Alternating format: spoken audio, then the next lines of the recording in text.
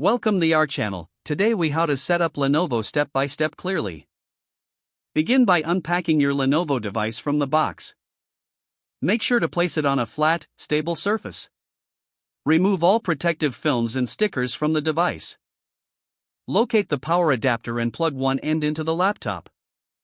Plug the other end into a wall outlet. Press the power button to turn on your Lenovo device. Wait for the Lenovo logo to appear on. Choose your preferred language from the on-screen options. Click Next to proceed to the next setup screen. Connect to your Wi-Fi network by selecting it from the list. Enter your Wi-Fi password and click Connect. Once connected, the device will check for updates. Accept the Windows license agreement to continue. You may be prompted to sign in with a Microsoft account. If you don't have one, you can choose to create a new account. Alternatively, select Offline Account for a local account setup. Follow the prompts to set your account name and password. Choose your privacy settings as per your preference.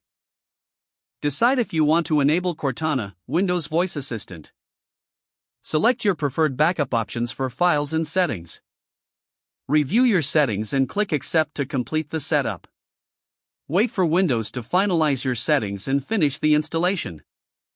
Once complete, the desktop will appear on your screen. Take a moment to familiarize yourself with the desktop layout. You can now begin customizing your Lenovo device to your liking. If the page does not load, refresh the browser or try again in a private or incognito window. Make sure you are using the correct email address, then retype it carefully to avoid small typos.